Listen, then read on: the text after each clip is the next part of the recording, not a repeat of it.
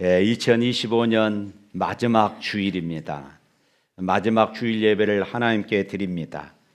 지금까지 힘들고 어려웠지만은 그래도 지내온 것이 주님의 크신 은혜인 것을 믿습니다. 우리 다 같이 한번 찬양할까요? 지금까지 지내온 것 주의 크신 은혜라, 한이 없는 주의 사랑 어찌 이루 말하랴. 자나깨나 주의 손이 항상 살펴주시고 모든 죄를 주 안에서 형통하게 하시네. 할렐루야. 수고하셨습니다. 그리고 잘 견디셨습니다. 소망을 가지고 살아갈 수 있기를 축복합니다. 우리가 지금까지 수고한 것, 그리고 지금까지 우리가 참고 견뎌온 것으로 끝나면 안 됩니다. 소망을 가지고 살아갈 수 있기를 축복합니다. 우리 옆 사람 손을 꼭 잡고 인사 한번 나눕니다. 수고하셨습니다. 잘 견디셨습니다. 소망으로 승리하십시오. 오늘 본문 말씀의 배경을 보면은 하나님께서 이제 이스라엘 백성들을 출애굽시키실 때에 모세를 이스라엘의 지도자로 삼습니다. 그리고 아론과 그의 후손들을 제사장으로 세우셔서 제사 드리는 이런 직무를 수행하게 했습니다. 그런데 오늘 말씀에 보면은 하나님께서 이제 이런 말씀을 하고 계십니다. 아론과 그 아들들에게, 이스라엘 자손들에게 이렇게 축복하라, 이렇게 말씀하고 있는 것입니다. 아론과 그 아들들이 하나님의 이름으로 이스라엘 자손들을 축복하면은 하나님께서 이스라엘 자손들에게 복을 주시리라 약속하고 계십니다. 사실 이스라엘 백성들이 이 같은 하나님의 축복을 받지 않고는 도무지 살아갈 수 없는 이런 환경에 놓여 있었던 것입니다. 여러분, 이스라엘 백성들이 도무지 살 수 없는 그런 상황이 무엇일까요? 바로 그 상황은 광야라는 것이지요. 민수기의 총 주제는 약속의 땅으로 가는 길이라고 말할 수 있습니다. 신의 광야에서와 그리고 약속의 땅을 향하여 가는 그런 여정에서 이스라엘 백성들에게 어떠한 일들이 일어났는가 하는 사실들을 우리에게 알려주고 있는 것이 바로 이 민수기입니다. 그래서 민수기는 한마디로 말하면은 광야의 이야기인 것이지요. 광야가 어떤 곳입니까? 이스라엘 백성들이 통과해야만 했던 이 광야, 그 광야는 도대체 어떤 곳일까요? 그 광야는 뱀과 정갈이 우글거리고 마실 물이 없는 그런 곳이었습니다. 그 광야는 생명이 부지할 수 없는 곳입니다. 그러므로 거기에는 식물도 그리고 동물도 키울 수 없는 곳입니다. 다시 말하면은 농사를 하거나 이스라엘 백성들의 주 업종이었던 이 목축업을 할 수 있는 그런 장소가 아니었다는 것입니다. 그래서 하나님께서 특별히 은혜를 베풀어 주셔야 했던 것이에요. 하나님께서 그들에게 마실 물을 주셔야 했고, 하나님께서 그들에게 만나와 메추라기를 주셔야 했던 것입니다. 하나님의 은혜가 아니면은 그들은 이 광야에서 살아갈 수가 없었던 것이에요. 바로 그것이 광야입니다. 그러므로 이 광야는 사람들이 스스로 살아갈 수 있는 장소가 아니었던 것입니다. 그런데 이 같은 광야에서 이스라엘 백성들이 40년 동안 생존했습니다. 그것은 오직 하나님의 돌보심과 하나님의 지키심과 하나님의 크신 은총 때문이었음을 믿습니다. 그러므로 여기서 우리들은 아론을 통하여서 이스라엘 백성들을 축복하시는 이 하나님의 축복이 얼마나 소중한 것인가를 우리가 알게 되는 것이에요. 다시 말해서 하나님께서 복을 내리지 않으시고서 하나님께서 지키지 않으시면, 또한 하나님의 은혜와 평강을 내려주지 않으시면은 사람들이 도무지 살 수 없는 그런 형편에서 살아가고 있었다는 것입니다. 그러니까 이 민수기 6장 22절부터 27절에 있는 이 말씀은 이스라엘 백성들에게 너무나도 소중한 그런 말씀이었던 것입니다. 사랑하는 성도 여러분, 우리 역시 이스라엘 백성들처럼 인생의 광야길을 우리가 살아가고 있습니다. 우리가 지금 광야와 같은 이 세상에 살면서 여러 가지 모양으로 우리가 고난과 역경에 직면하게 됩니다. 특별히 요즘처럼 무한 경쟁을 해야 하고 살아남기 위해서 고전분투해야 하는 고달픈 이 세상을 살면서 때로는 힘겨워하고 때로는 불만스러워하며 살아가고 있습니다. 우리 역시 하나님의 은혜가 아니면은 승리하는 삶을 살아갈 수 없다는 것입니다. 우리가 예배의 마지막 순서로 목사가 손을 들어 축도합니다. 이 축도는 하나님께서 이제 그런 광야로 나아가는 하나님의 백성들에게, 하나님께 예배하고 돌아가는 하나님의 자녀들에게 하나님께서 친히 내가 이렇게 복을 주겠다 하시는 이런 약속의 말씀이기도 하는 것입니다. 성도들은 세상에서 살아가다 보면은 죄에 오염되기도 합니다. 가슴 아픈 상처를 견뎌내기도 합니다. 때로는 근심 걱정에 무거운 짐에 시달리는 것이 우리들의 삶입니다. 사람들과 어울려 사는 것 자체가 때로는 스트레스가 되는 경우들이 참 많습니다. 이런 성도들이 하나님께 나와서 예배하고 하나님을 만나고 이제 돌아가게 되어집니다. 이들에게 하나님께서는 아론으로 하여금, 당시의 제사장으로 하여금 하나님이 복을 주신다, 하나님이 너를 지키신다, 하나님이 은혜를 베풀어 주신다, 하나님이 평강을 주신다 라고 선언하도록 하신 것이었습니다. 이스라엘 백성들이 애굽의 노예가 되어 살아갈 때에 하나님은 모세를 통하여 그들을 구출해 내십니다. 바로 이것을 가르쳐서 우리는 출애굽이다 이렇게 말씀합니다. 하나님께서 이스라엘을 구원하시는 이유, 하나님께서 이스라엘을 애굽 땅에서 구원해 내셨던 그 목적이 무엇일까요? 하나님을 섬기는 백성으로 살아라, 하나님께 예배하는 백성으로 살아라 하는 것이었습니다. 이것이 금년 한 해 동안 제가 출애굽기 강해를 통하여서 여러분들에게 드렸던 그런 말씀이었습니다. 그리고 출애굽기 마지막 장에서 이스라엘 백성들이 이제 성막을 지어 놓았을 때에 하나님은 영광 중에 그들 가운데 임재하셨던 이런 모습들을 말씀드리기도 했습니다. 그러니까 이스라엘 백성들을 출애굽시키신 이유가 무엇이냐? 하나님께 예배하고 하나님의 영광을 누리는 그런 백성으로 살도록 하기 위함이었던 것입니다. 신약 교회에서도 역시 마찬가지입니다. 구원받은 성도들이 해야 할 가장 큰 의무는 바로 예배인 것입니다.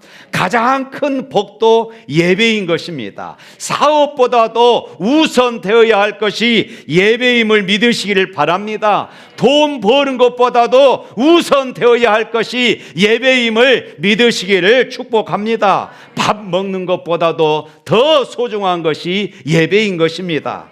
그러므로 그리스도인이 되었으면은 어떤 희생, 어떤 대가를 지불하고서라도 먼저 예배자가 될 수 있기를 주님의 이름으로 축복합니다.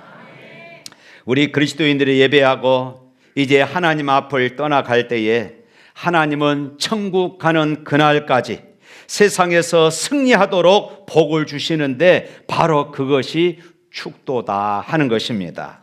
예배하고 나가는 백성들에게 주시는 그러면 첫 번째 복이 무엇입니까?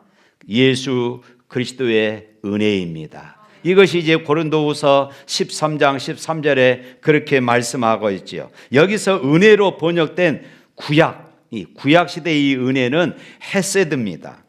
이것은 오직 하나님만이 인간에게 주실 수 있는 호의나 은총을 말하는 것입니다. 신약에서 이 은혜는 카리스입니다. 이 말은 값없이 주시는 하나님의 선물이라는 것이지요.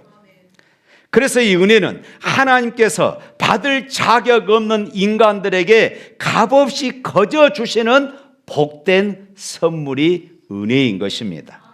우리 한국 교회 그리스도인들이 가장 좋아하는 찬송, 그렇게 투표를 해서 뽑았더니 지금까지 지내온 거 주의 크신 은혜라, 이 찬송과 그리고 나 같은 죄인 살리신 주 은혜 놀라와, 이 두 찬송이었다고 그럽니다.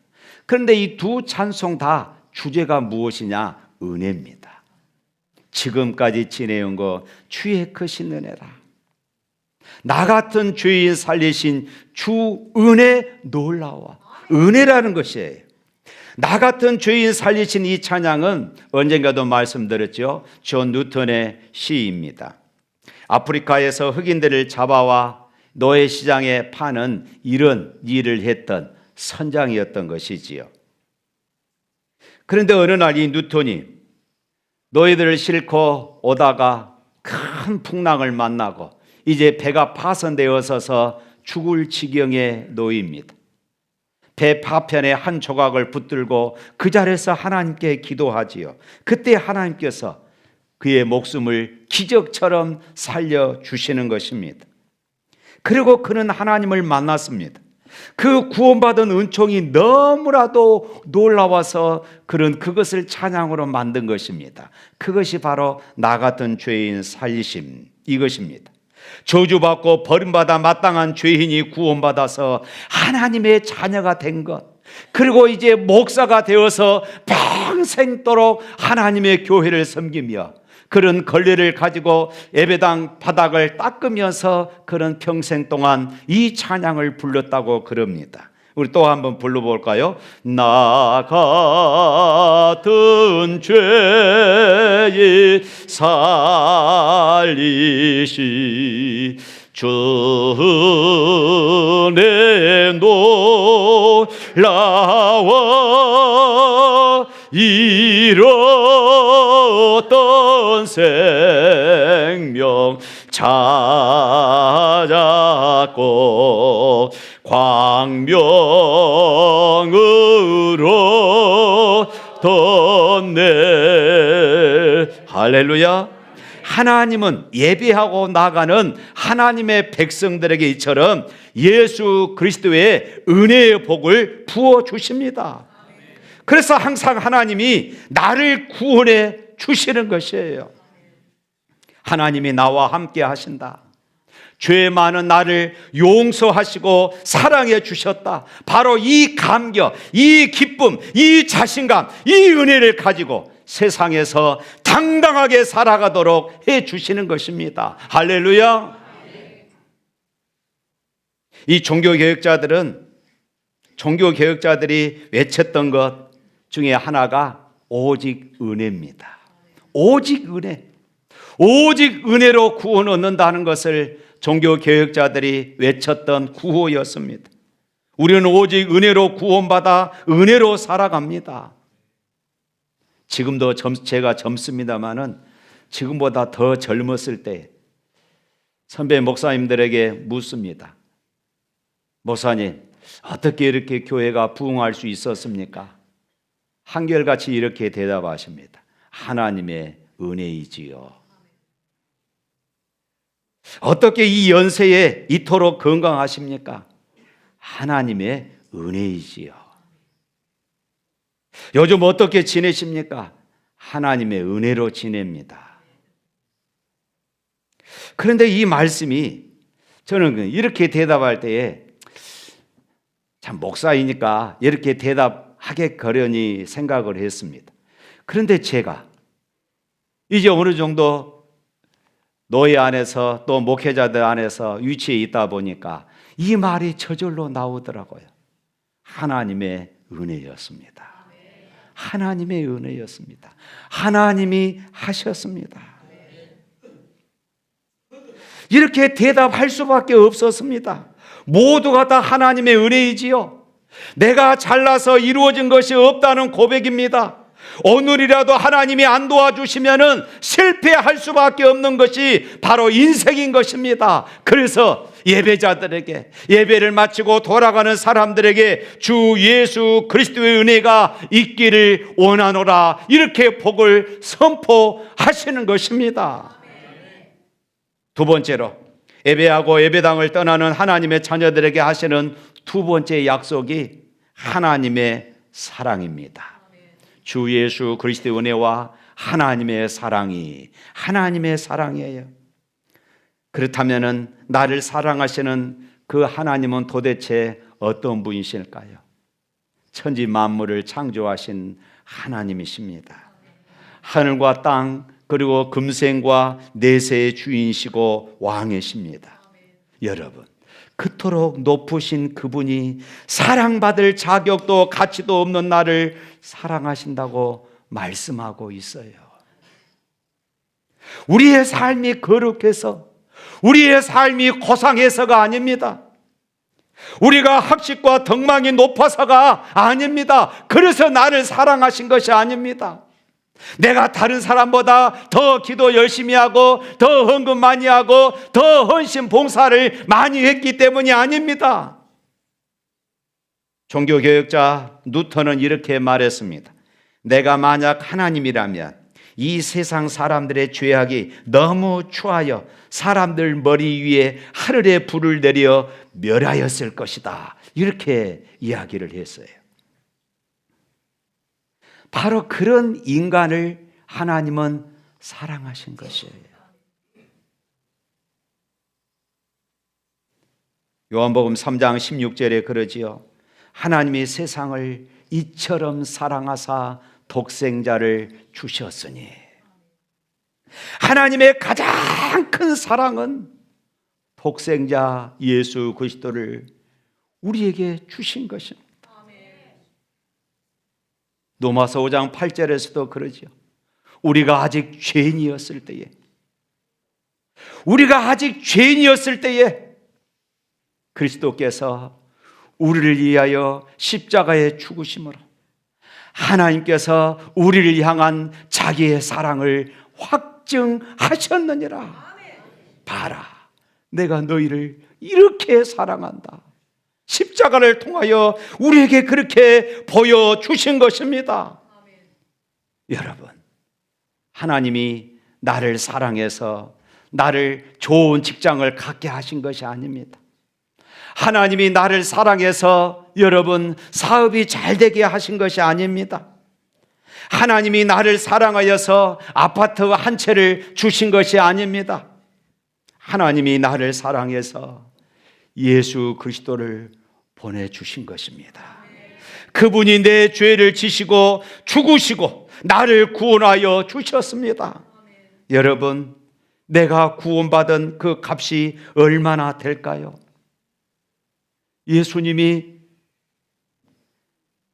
하나님께서 예수님을 지불하고서 나를 구원해 내셨습니다.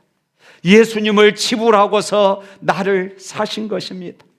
그럼 우리가 얼마짜리인가요? 예수님짜리입니다. 우리 옆 사람과 인사합니다. 당신은 예수님짜리입니다. 여러분, 그렇습니다. 나는 예수님짜리 인생이 된 줄로 믿습니다. 할렐루야. 그만큼 우리는 존귀한 인생이라는 것이에요. 세상의 값으로 환산할 수 없는 이런 존재라는 것입니다. 하나님은 예배하고 돌아오는 성도들에게 약속하십니다. 샘물 가족들아, 독생자 예수를 주고 내가 너를 샀노라. 나는 너를 버리지 않는다. 세상에서 때묻고 지치고 병들고 아프면은 언제든지 내게로 돌아오라. 나는 너를 사랑한다. 나는 너를 용서해 놓고 기다린다. 무조건 너를 사랑할 거야. 내게 올 때마다 너를 깨끗해 하고 너를 치료하고 너를 회복시킬 거야. 바로 이것이 하나님의 사랑인 줄로 믿습니다. 우리가 예배하고 이 자리를 떠날 때에 바로 이 약속, 이 복을 받는 것입니다. 할렐루야. 어느 믿음의 가정에서 연로하신 아버지를 모시고 사는 아들이 있었습니다. 하루는 이 아들이 외출하다가 집에 돌아오자마자 연로하신 아버지께 자기가 오늘 있었던 위급한 일을 이야기를 합니다. 하나님의 사랑이 정말로 놀랍다고 말하고 싶은 것입니다. 아버지, 오늘은 정말로 감사한 일이 너무 많았습니다. 제가 어느 골목에 들어갔는데 하필이면 그곳에 강도를 만나서 제가 있는 돈을 다 빼앗기고 그들에게 한바탕 하면은 죽임을 당할 뻔했습니다. 그런데 하필 그때 경찰이 나타나서 제가 목숨을 부지할 수 있었습니다. 너무나도 감사하지 않습니까? 그런데요, 더 감사한 것은 제가 오다가요, 차 사고가 났는데 사거리에서 차 사고가 나서 내 목숨이 끊어질 뻔했는데 차만 폐차되고 나는 멀쩡하게 조그만 상처만 나고 괜찮습니다. 하나님이 나를 지켜주셨습니다. 하나님 감사합니다. 하나님의 은혜가 너무 놀랍지 않습니까? 아버지께 이렇게 자랑 삼아서 이야기했어요. 그때 아버지가, 연로하신 아버지가 아들한테 이렇게 이야기합니다. 얘야, 나는 오늘 너보다 훨씬 더 큰 하나님의 은혜를 경험해서. 그러니까 아들이 깜짝 놀랐습니다. 아니, 우리 집에 강도가 들었어요? 아니란다. 나는 강도가 들지도 않고 교통사고가 나지 않고 아주 하루 종일 그냥 편안하게 지냈단다. 이것이 하나님의 은혜가 아니고 무엇이겠느냐? 이것이 기적이야. 사랑하는 성도 여러분, 사고 나서 그곳에서 내 목숨이 구출되어야 그것이 하나님의 사랑일까요? 죽을 병에 걸렸다가 나아야 그것이 기적입니까?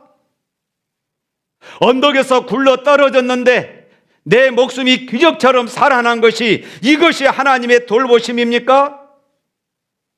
아무런 사고 없이 지내온 것, 큰 병이 없이 오늘까지 산 것, 오늘까지 생명이 연장되어 왔던 것, 이 모든 것이 하나님의 은혜임을 믿으시기를 축복합니다. 내가 숨을 쉬는 것 자체가 하나님의 은혜이고 하나님의 기적임을 믿으시기를 축복합니다. 예배자들에게 주시는 약속 중 마지막 세 번째 복은 성령의 교통입니다. 주 예수 그리스도의 은혜와 하나님 아버지의 무한하신 사랑과 성령의 교통하심이, 여러분, 교통, 그러면은 우리는 떠오르는 것들이 있습니다. 너무나도 익숙한 단어입니다. 그런데 이 성령의 교통에 대해서는 우리가 잘 이해하지 못해요. 오늘날 교통이 얼마나 발달했습니까? 세계 어디든지 하루에 갈 수 있고 어지간하는 곳은 하루에도 왕복할 수도 있습니다. 한국에서 주일 예배를 드리고 인천공항에 가서 비행기를 타면은 바로 주일 예배를 또 드릴 수가 있다는 거, 여러분, 엄청난 이 빠름 아닙니까? 만약 이 편리한 교통이 일시에 중단이 된다면 어떤 일이 벌어지겠습니까? 일순간에 지구촌은 지옥이 되고 말 것입니다. 모든 직장은 마비되고 식량과 연료 공급은 중단되어질 것입니다. 도시에는 굶어 죽은 사람들로 가득 찰 것이고 생산지에서는 이 농산물, 공산품들이 썩어갈 것이에요. 마찬가지입니다.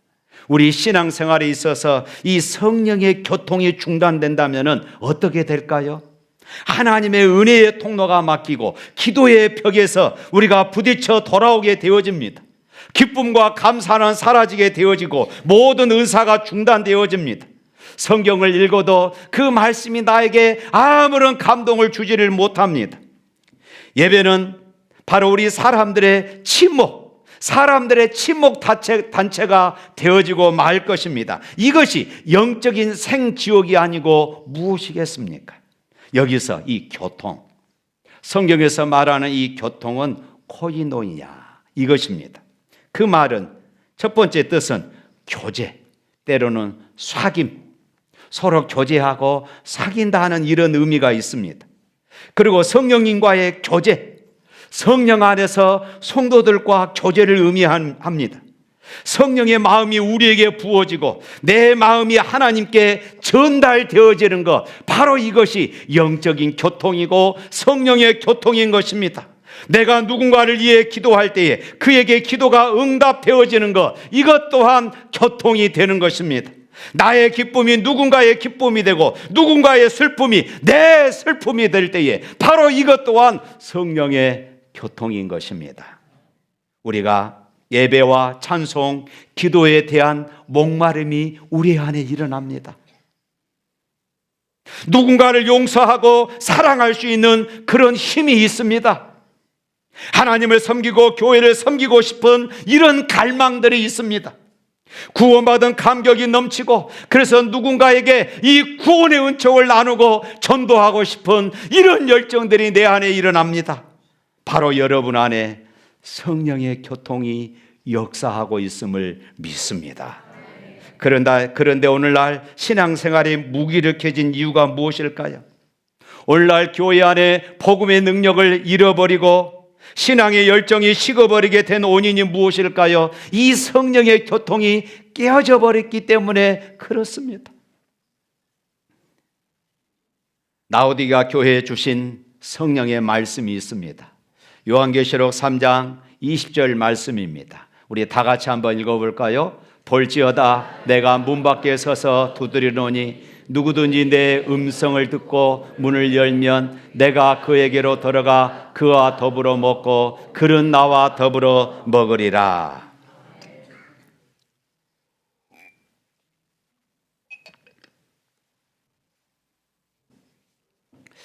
성령님을 우리의 삶 밖에 두고 있지는 않습니까? 성령님을 교회의 모든 활동 밖에 성령님은 제쳐버리고 내가 헌신하고 내가 헌금하고 내가 봉사하고 늘 나만을 주장하고 있지는 않습니까? 성령님과의 교통이 사라진 교회, 그 예배는 냉랭할 수밖에 없고 그 열심은 교회 안에서 다툼만 일어나고 시기만 일어나게 될 뿐인 것입니다. 기도가 식습니다. 찬양의 열정이 식습니다. 이런 사람, 이런 교회를 향한 하나님의 말씀을 여러분 들어보십시오. 요한계시록 3장 16절 말씀에 또 이렇게 말씀하고 있습니다. 요한계시록 3장 16절 읽어봅니다. 네가 이같이 미지근하여 뜨겁지도 아니하고 차지도 아니하니 내 입에서 너를 토하여 버리리라. 성령의 교통이 끊어지면은 버림받는다는 것이에요. 사랑하는 성도 여러분, 예배하고 지금 세상으로 나아가는 오늘 하나님의 백성들에게 하나님은 약속합니다. 성령이 너의 모든 삶에 동행할 것이다. 성령이 언제나 너와 함께 할 것이다. 성령이 언제나 내 곁에 있을 것이다. 할렐루야. 사랑하는 성도 여러분, 주 예수 그리스도의 은혜와 하나님의 사랑과 성령의 교통하심이 너희 무리와 함께 있을지어다. 이 축도는 예배를 마친다는 그런 신호가 아닙니다. 예배가 끝났다는 이런 신호가 아니에요. 이 축도는 일상 속에서 새로운 예배가 시작되어진다는 말씀입니다. 일상 속에서 하나님의 은혜가, 하나님의 사랑이, 성령의 교통이 함께 하실 것이라는 이런 약속이 우리에게 주어지고 있는 것입니다. 이번 한 주간 동안도 주님의 은혜와 하나님의 사랑과 성령님의 교통 안에서 기뻐하며 사는 동시에 여러분들이 머무는 그 자리에 감사와 찬송이 넘치는 축복된 삶이 되시기를 주님의 이름으로 축복합니다. 찬양하겠습니다.